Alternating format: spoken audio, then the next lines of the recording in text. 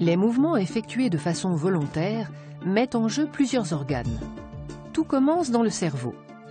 L'imagerie médicale permet de visualiser les zones impliquées lorsqu'on effectue un mouvement volontaire. Le cortex moteur joue un rôle essentiel.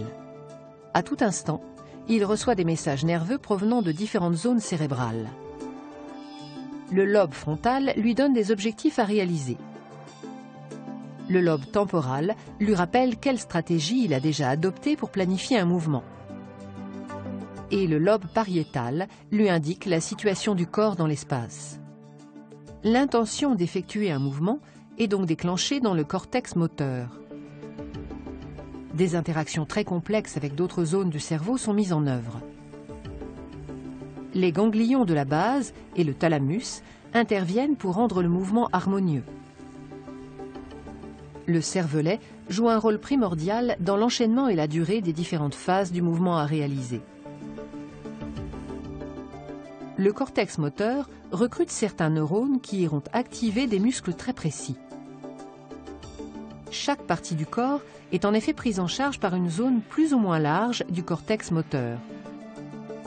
Plus la zone est grande, plus la précision des mouvements est importante. Un neurone recruté dans le cortex moteur comporte un long axone qui se prolonge dans la moelle épinière. Il constitue une voie descendante pour les messages nerveux en empruntant la substance blanche. Pour transmettre l'information nerveuse qu'il véhicule, cet axone entre en jonction avec un neurone moteur dans la substance grise de la moelle épinière. Le neurone moteur peut recevoir d'autres informations nerveuses en même temps, provenant d'autres neurones. Il intègre toutes les informations nerveuses dans son corps cellulaire et engendre lui-même un nouveau message qui est alors acheminé jusqu'aux muscles. L'axone du neurone moteur se prolonge dans un nerf rachidien, en empruntant la racine ventrale. Le message nerveux parvient alors à l'extrémité de l'axone, c'est-à-dire à la jonction neuromusculaire, encore appelée synapse neuromusculaire.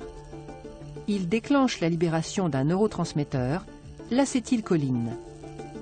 Cette molécule se fixe sur des récepteurs présents au niveau des fibres musculaires. Activées, ces fibres constituent une unité motrice. À l'intérieur, des myofibrilles glissent les unes par rapport aux autres. Ces déplacements engendrent un raccourcissement des fibres musculaires. Ce phénomène, répété dans de très nombreuses fibres, est à l'origine de la contraction du muscle. Sa longueur totale diminue, ce qui tire sur les tendons qui le raccordent aux os. Une articulation est mise en jeu et le mouvement est réalisé.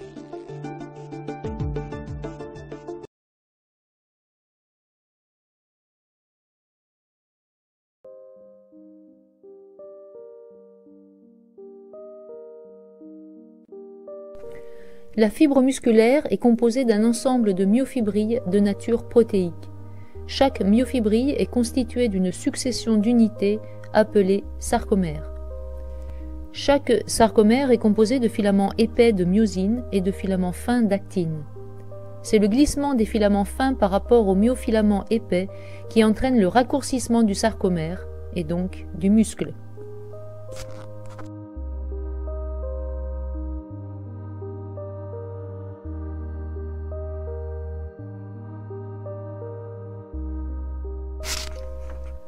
Le glissement relatif des deux types de filaments est dû en partie aux propriétés de la myosine.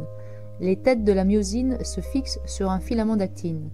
Les filaments de myosine se déforment de façon synchrone et font glisser les filaments d'actine. Ce glissement se fait grâce à la formation de ponts d'union entre les têtes de myosine et l'actine.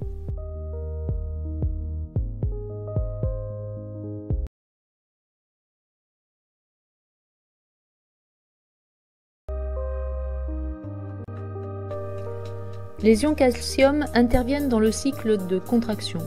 En se fixant sur une protéine, appelée troponine, située à la surface de l'actine, les ions calcium permettent la formation du complexe actine-myosine.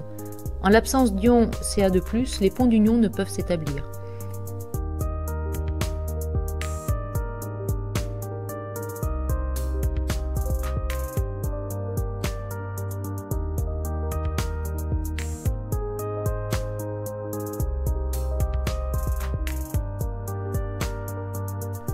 C'est en réponse au signal nerveux et lors de la fixation des neurotransmetteurs sur la membrane postsynaptique que des ions calcium sont libérés à proximité des myofibrilles.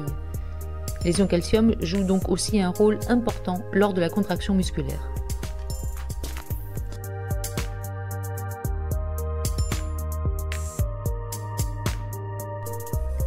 Ainsi, l'association entre l'hydrolyse de l'ATP, qui libère de l'énergie, et le mouvement, qui en consomme, constitue un couplage énergétique. Il implique ici une transformation ou conversion d'énergie chimique portée par l'ATP en énergie mécanique, mouvement. La myosine et l'actine sont les acteurs moléculaires de ce couplage.